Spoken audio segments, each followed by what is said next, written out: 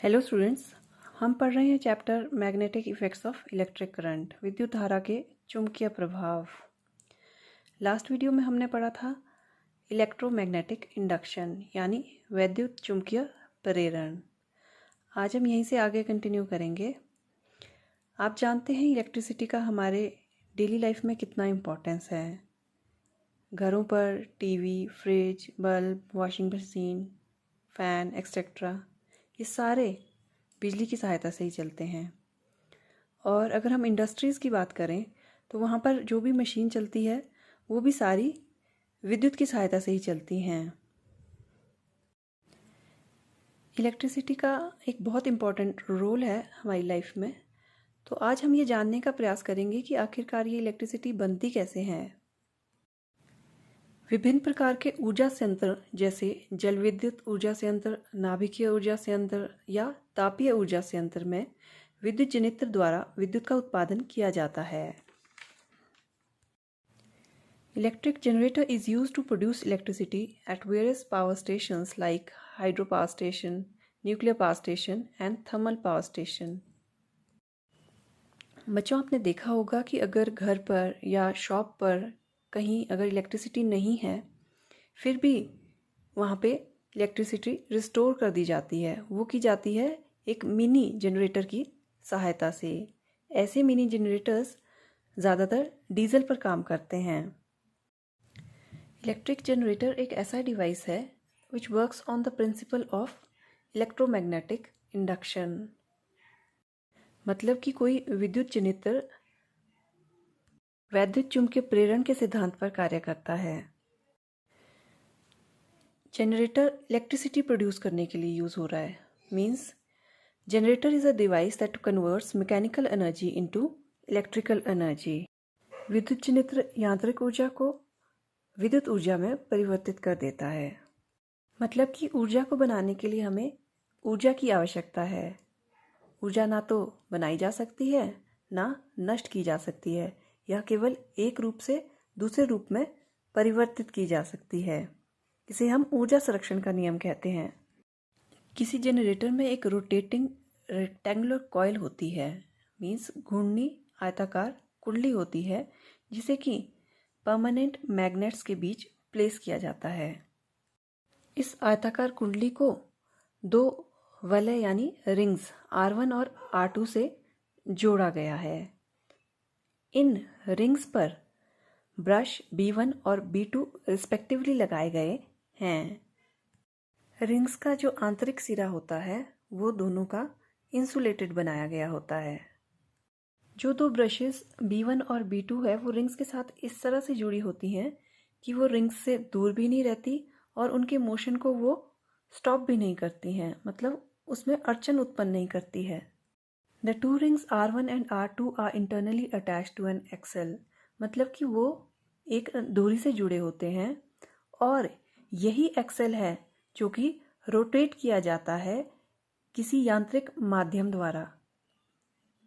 Excel को rotate करने के लिए जो मैकेनिकल एनर्जी यूज़ होनी है वो किसी भी रूप में हो सकती है।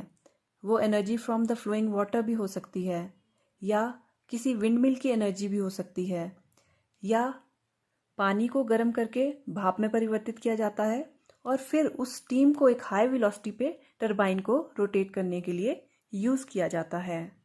ब्रशेस के जो बाहरी सिरे यानी आउटर एंड्स होते हैं वो कनेक्टेड होते हैं गैल्वेनोमीटर से जो फ्लो ऑफ करंट शो करता है एक्सटर्नल सर्किट में।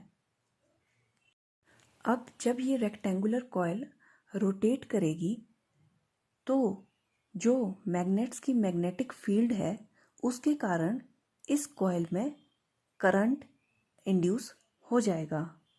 मान लीजिए हमारी कॉइल क्लॉकवाइज रोटेट हो रही है तो ऐसी स्थिति में अगर हमने कॉइल के पोर्शन AB और CD में इंड्यूस्ड करंट की डायरेक्शन को फाइंड करना है तो हम यूज़ करेंगे फ्लेमिंग्स राइट हैंड रूल का।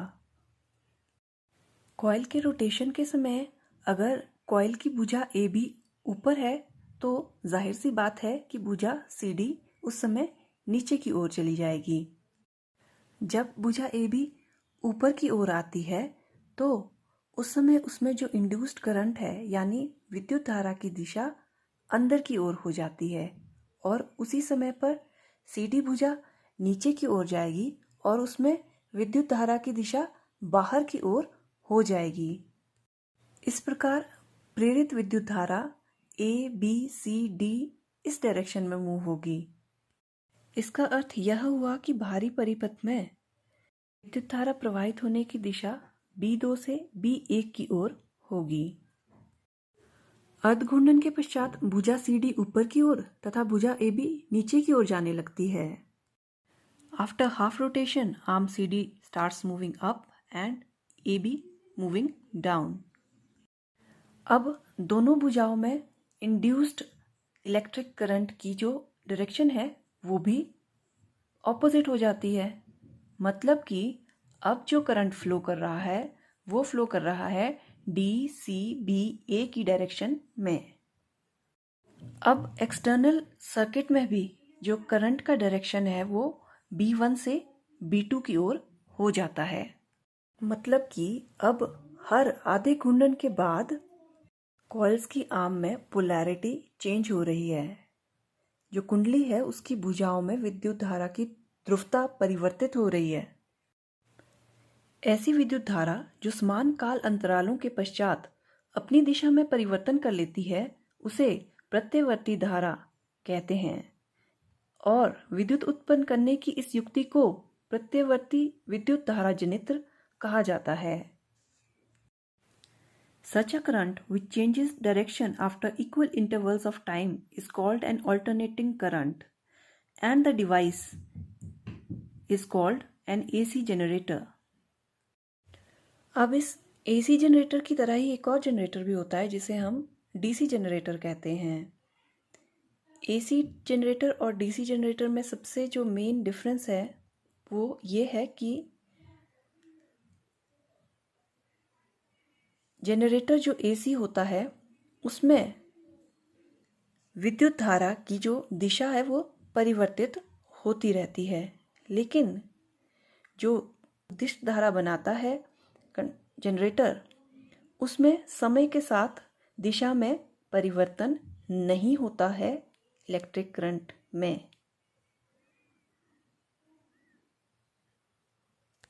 एक DC जनरेटर बनाने के लिए हम AC जनरेटर में ही थोड़ी सी मॉडिफिकेशन कर देते हैं कि उसमें हम 2 रिंग्स लेने के बजाय एक ही रिंग लेते हैं और वो रिंग स्प्लिट रिंग होता है जैसा कि हमने विद्युत मोटर में यूज़ किया था। इसमें भी 2 ब्रशेस होते हैं। एक ब्रश सदैव उस भुजा की संपर्क में रहता है जो चुंबकीय क्षेत्र में ऊपर की ओर गति करती है, जबकि दूसरा ब्रश सदैव नीचे की ओर गति करने वाली भुजा के संपर्क में रहता है। इस प्रकार से एक यूनिडायरेक्शनल करंट प्रोड्यूस होता है जिसे हम एक दिशिक विद्युत धारा कह सकते हैं और इस तरह के जनरेटर को DC जनरेटर यानी दिष्ट धारा जनित्र कहा जाता है। आजकल जितने भी विद्युत शक्ति संयंत्र हैं उनसे अधिकांश प्रत्यवर्ती विद्युत धारा ही उत्पादित की जा रही है। भारत में उत्पादित प्रत्यवर्ती विद्युत धारा हर 1/100 सेकंड के पश्चात अपनी दिशा उत्क्रमित करती है, अर्थात इस प्रत्यवर्ती धारा की आवृत्ति 50 हर्ट्ज है। Most power stations constructed these days produce AC. In India, the AC changes direction after every 1/100 second. That is, the frequency of AC is 50 Hz. An important advantage of AC over DC is that electric power can be transmitted over long distances without much energy loss. DC की तुलना में AC एक महत्वपूर्ण लाभ यह दर्शाती है कि विद्युत शक्ति को सुदूर स्थानों पर बिना अधिक ऊर्जा क्षय के प्रेषित किया जा सकता है। आशा करती हूँ कि आप सभी को ये टॉपिक विद्युत जनित्र क्लियर हो गया होगा।